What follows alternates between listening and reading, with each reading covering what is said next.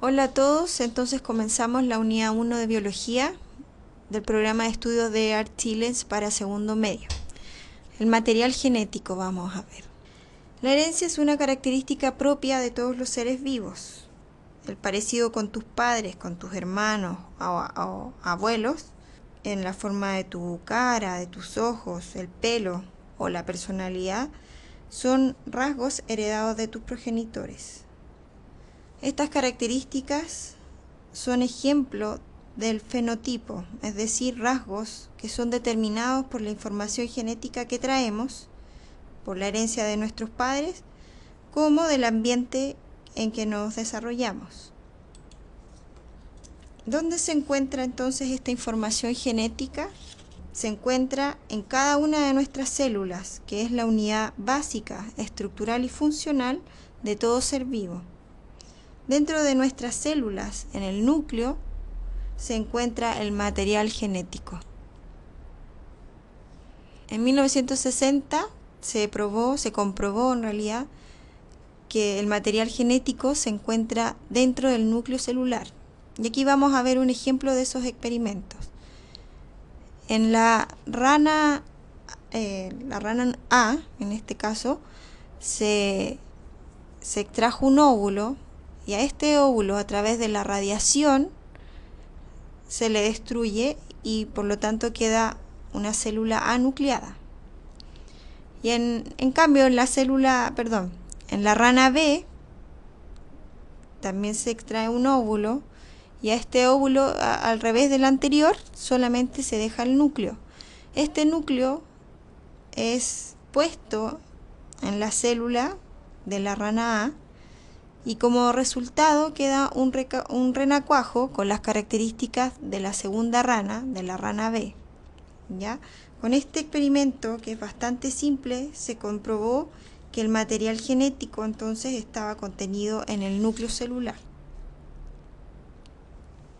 Ahora vamos a hablar un poco del cariotipo humano. El material genético que se encontraba en el núcleo se ubica en numerosas estructuras que se denominan cromosomas. Cada célula humana contiene 46 cromosomas, que sería nuestro cariotipo. Entonces, el cariotipo es el conjunto de cromosomas de los organismos que pertenecen a una especie. Como dije anteriormente, nuestro cariotipo es de 46 cromosomas, como lo ven acá en el dibujo,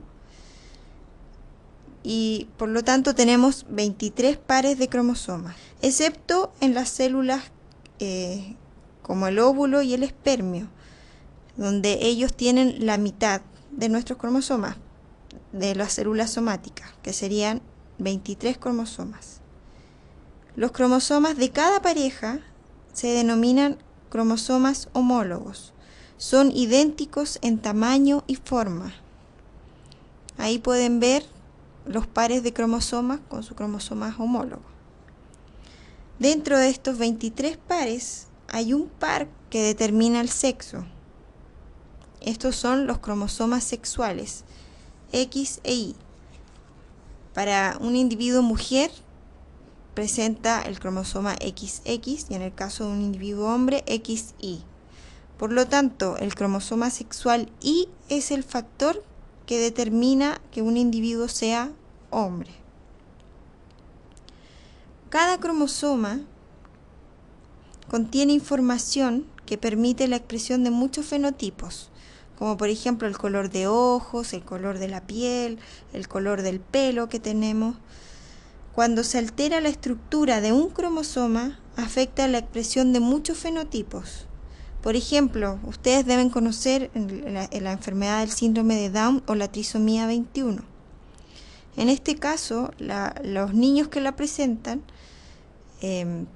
tienen los rasgos faciales típicos de la enfermedad y además presentan una cardiopatía. Es porque se afecta entonces un cromosoma, en este caso la trisomía 21 quiere decir que tiene 3 cromosomas en lugar de un par en el número 21.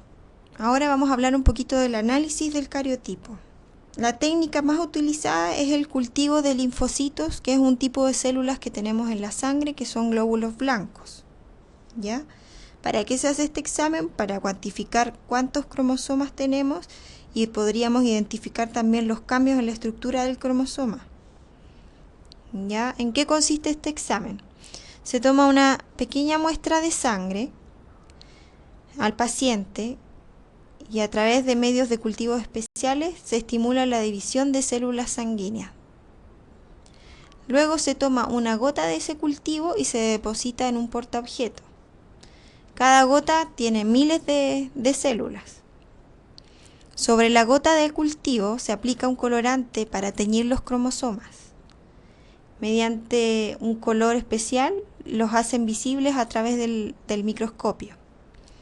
Posteriormente a la tinción, los cromosomas son observados y fotografiados usando un microscopio óptico.